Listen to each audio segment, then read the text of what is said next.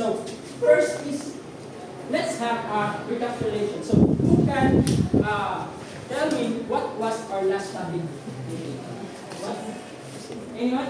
Jean? Our last topic is all about the psychological basis and philosophical basis. Okay, very good. Now for this session is, let's discuss about the historical and sociological perspective and global trends in inclusive education. So before that, please read the objectives.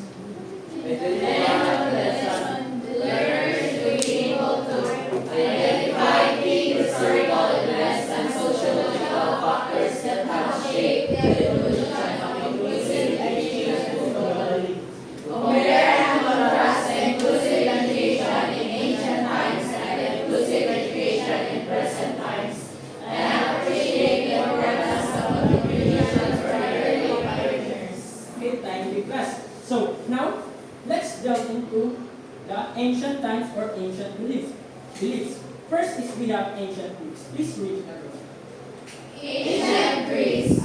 Ancient Greece approach to society was complex, encompassing both evolutionary and illusory perspectives, as seen in the writings of philosophers like Plato and Aristotle, who highlighted the role of disability in the medical society. Thank you. So in ancient Greece, there, in terms of special and inclusive education, is more complex.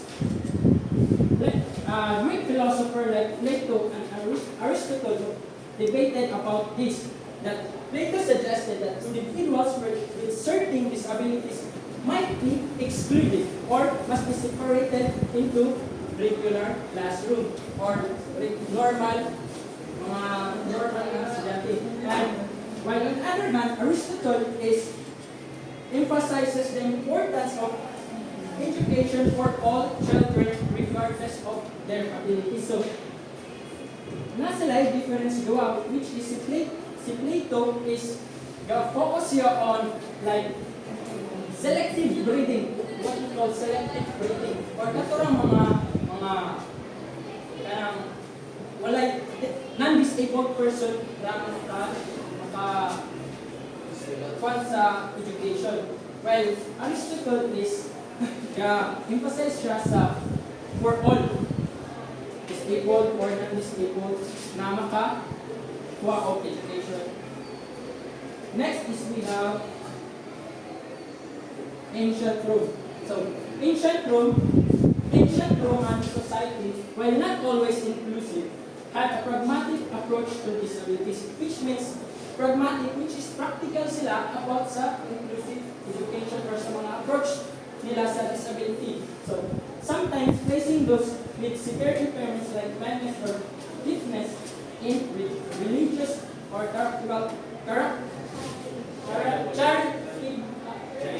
institutions. So, sa ancient Rome, gavalue sila of well-ordered society, which means nga those students with disabilities could still be productive members of the society, which that's why in somehow like disabled individuals were integrated into workforce.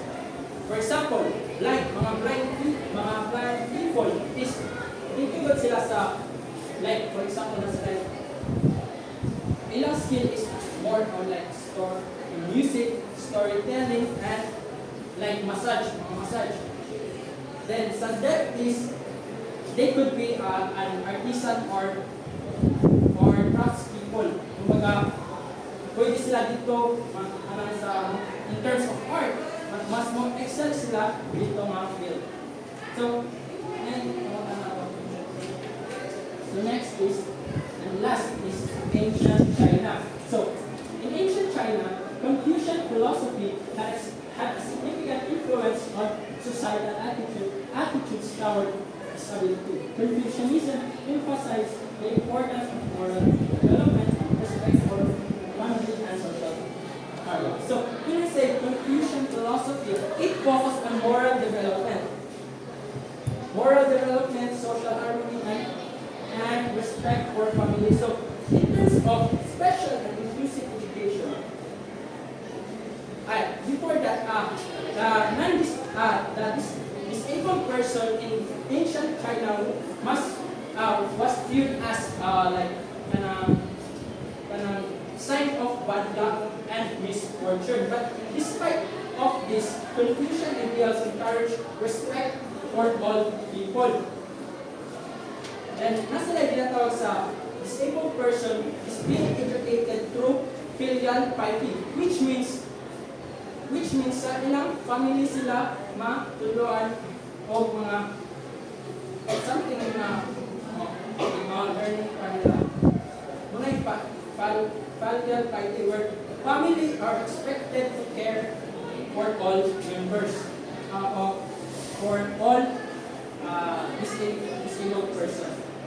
So, same as sa ancient Rome where for example, ilang blind people mo-excel dito sa story could become a storyteller, musician. And sa another hand, sa deaf na code is same as manual labor, craftsmanship. So, same as sa ancient Rome. So, any question? Is there possible if the student are normal or disabled? No, like this trait or yung sila tulog is the focus ko is sila. Well, there is no formalized education system from ancient times or China, Rome, Greece. So, wala din sila yung formalized na educational system. So, next is, so wala yung pangatana? Next is,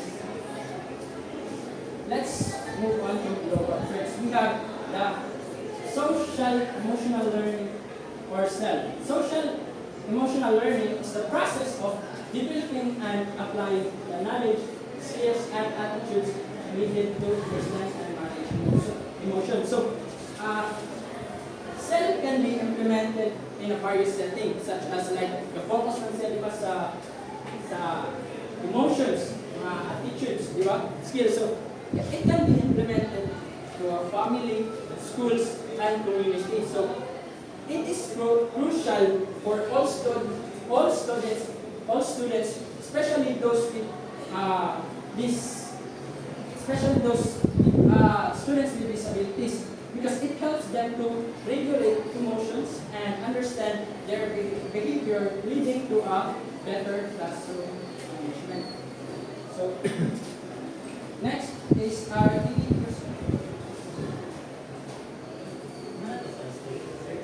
yes.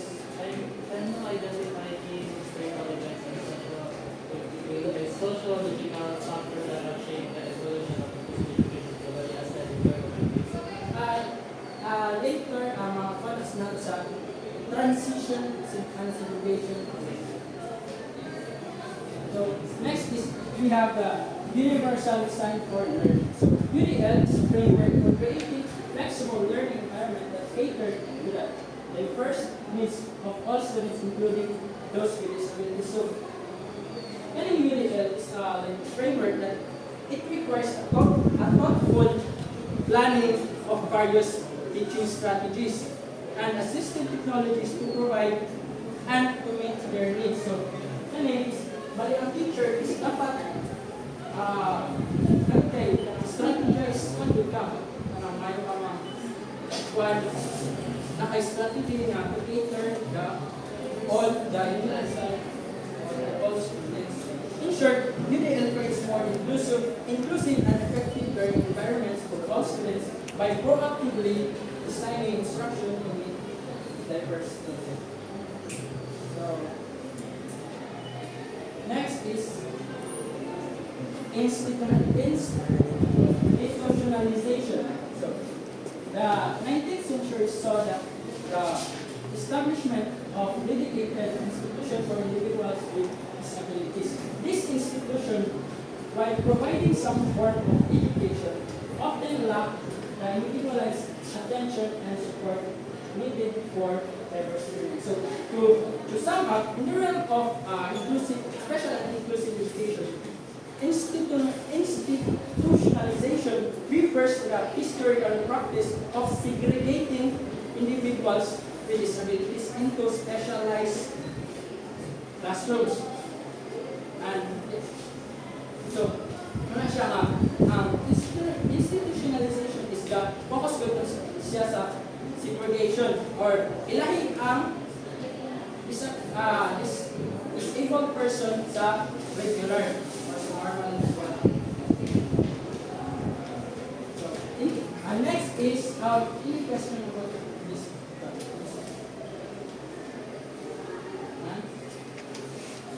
Integration. So, integration, the movement in momentum in the late 20th century, advocating for the inclusion of students with disability in the mainstream classrooms. This shift emphasized the belief that all students, regardless of ability, should learn together in inclusive environments to promote diversity and mutual understanding. So, unlike to institutionalization, is the focus sa mainstream where disabled, katong mga disabled student is pwedeng matipon sa regular or regular class. So to sum up, both to institutionalization and integration is the focus niya on providing a support of individuals with disabilities. But sa institutionalization lang is i-separate na niya ang students with disabilities. Which is sa integration is focus on mainstream.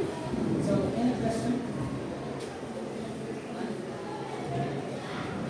So now let's dive into early pioneers. So we have first is we have John Gaspard Eitard, born on April 24, 7.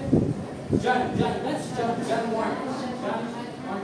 Eitard, born on April 24, 1774 in Horizon, France, was a French physician known for his work with the deaf and the wild boy of Aveyron. So, kaning wild boy of Aveyron is a story which viral child was found in the forest of Aveyron in France in 1800s. This boy later named as Vector was about 11 years old and seemingly lived in the wild forest for 11 years. Kumbaga, Vector was discovered naked and also called as the wolf child because as a belief that he is being raised by animals. So, si Vector is na ay intellectual disability. It's because he is unable to speak. It's because wala siya interaction with human for how many years, di ba? So, si John Eitard documented his methods that is rapports.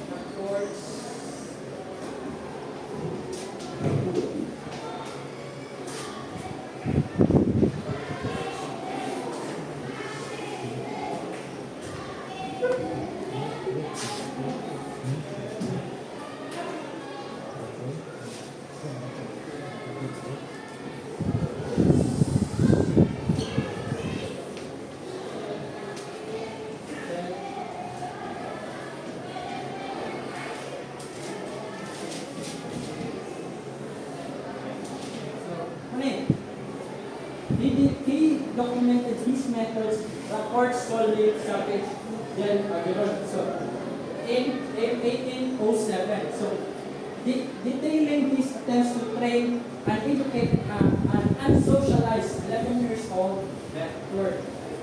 So he thought Vector vector about 4 years. It started 1801 to 1805. Then that's why this method was published around 1807. Some of that. So next is next is Edward Sequin. So born on January 20, 1812 in Flames, France, was a French physician and educator renowned for his pioneer work with children with impairment. So,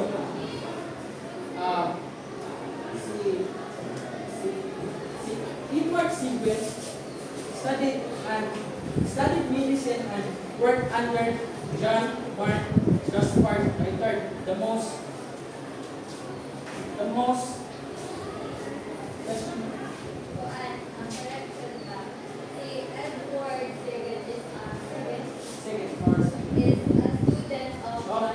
yeah, that's why he studied medicine and worked under John Mark. The word of because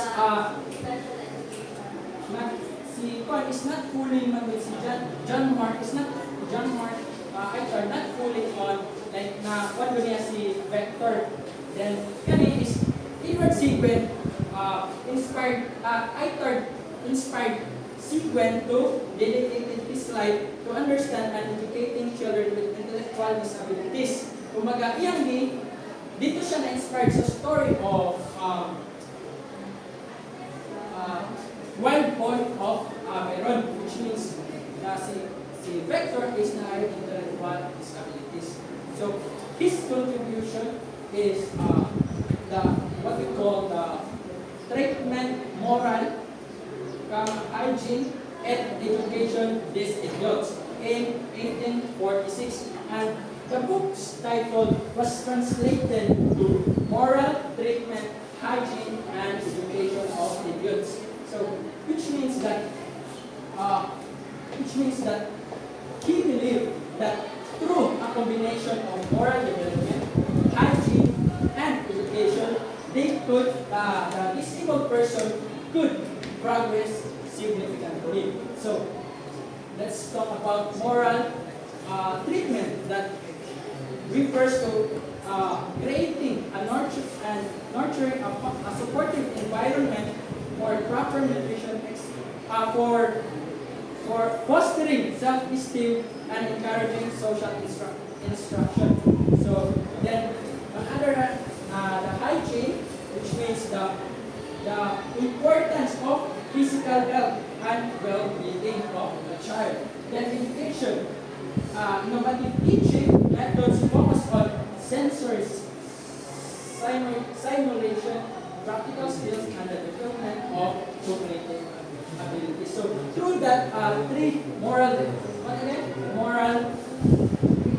treatment, hygiene, and education. So the child or the disabled person could progress if yan ang required. Question about Sequin. And so let's move to Maria Montessori. So born in 1870, was an Italian physician and educator who revolutionized the field of early childhood. So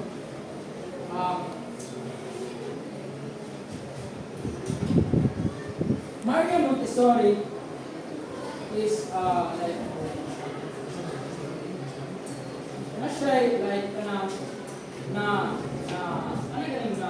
na-contribute sa society which is called the Casa di Bambini or the Children's House in Rome. So a preschool based on her principle.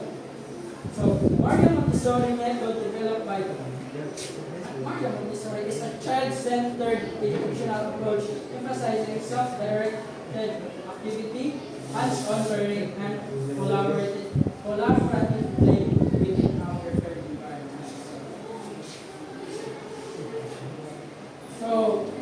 Any information to add on Mario Montessori? Say. So, si Maria Montessori, she worked initially with children with intellectual disabilities, and she demonstrated that those students with intellectual disability can succeed with the right education or right way of galing pag-educate nila. So, succeed sila through that Through that sa iyang method, which is the castle community or anyone. So, wala na. So, last is Anne Sullivan. So, Anne Sullivan, born in 1866, was an American teacher best known for being the instructor of lifelong companion of Henry Taylor. So, Sullivan contracted of trachoma or Nashai eye disease at the age of 5, Anne Sullivan. So, leaving her partially blind. So, she has experience of childhood difficulty. It's because partially blind siya. But despite these challenges, she was determined to get an education and was admitted to Perkins School for the Blind in 1880. So after graduating from Perkins, Sullivan was chosen to teach Helen Keller, a young girl who was both blind and deaf. So Sullivan's innovative teaching methods, which involve tactile communication and a strong emphasis on connecting words to physical objects, helped Keller learn to communicate and read braille. Kumaga, kapag mo sa braille? A language Braille. that through like sa mga smith na for example kanang mga sign language, that's braille. Lain ang Braille. Sign language. Ang Braille ka itong ikapon sa mga tao. Sign language is a talking hand. That's Ang Braille ka ito bang ikapon sa mga buta. While the sign language is basically is a talking hand. is it what is braille? Braille is Ito din. Para sa mga buta. Blind. Blind. Para sa blind. Ano yung gamitin? Ano mga butoy-butoy. Oh.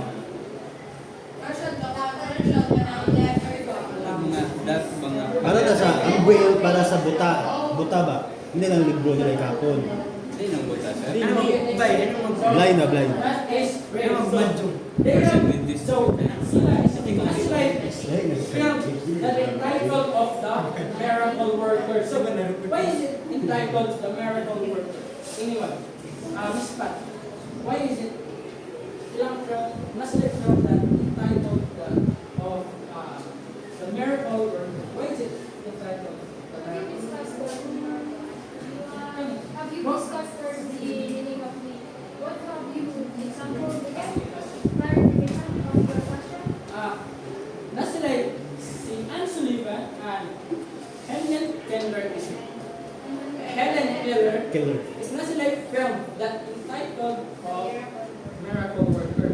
Why is it like Miracle worker in terms of Helen Keller or Anne Sullivan. Anne Sullivan?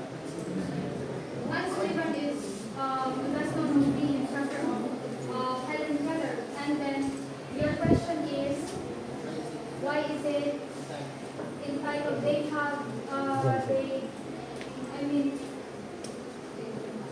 film that again, Film entitled Miracle Miracle worker about their lifelong with miracle worker.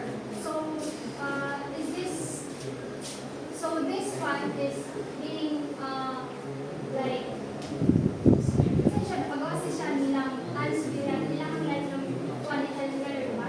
So therefore Helen Keller is a child that has disability with deaf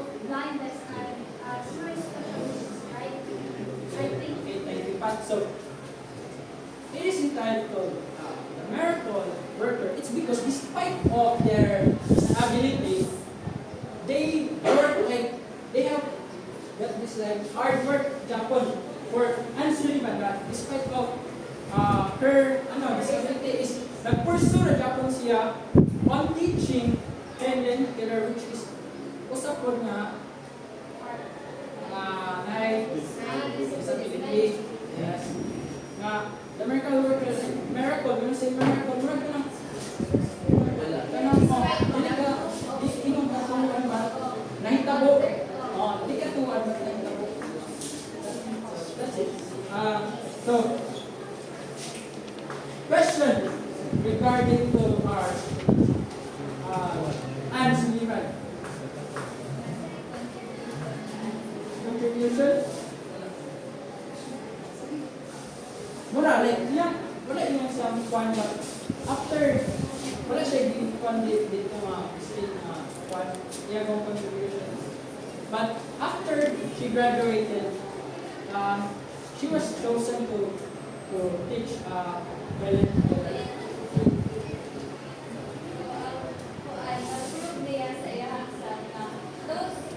people with disabilities can succeed in life. Muna yung mag-base sa iyang self and also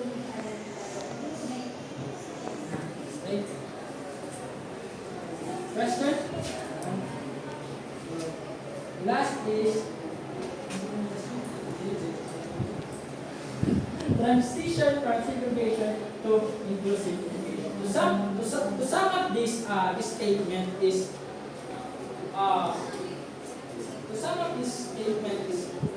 the transition from segregation to inclusive education marks a significant shift in how we approach learning for all students. It is historically believed that students with disability were often separated and educated into specialized setting, such as like with specialized setting that contain like a specialist teacher, different kinds of strategies to cater or to accommodate the needs of the student with disability. So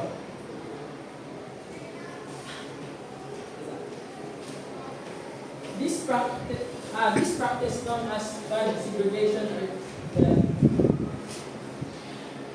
inclusive education. Inclusive education, regardless of their abilities within a mainstream classroom, but this approach emphasizes the benefits of diverse learning environments. Kumbaga, sa segregation is separate sa regular, then sa inclusive education is dito inclusion. So, question about our topic today. Anyone? None. So that's it for today's session. I hope you learned something. Thank you.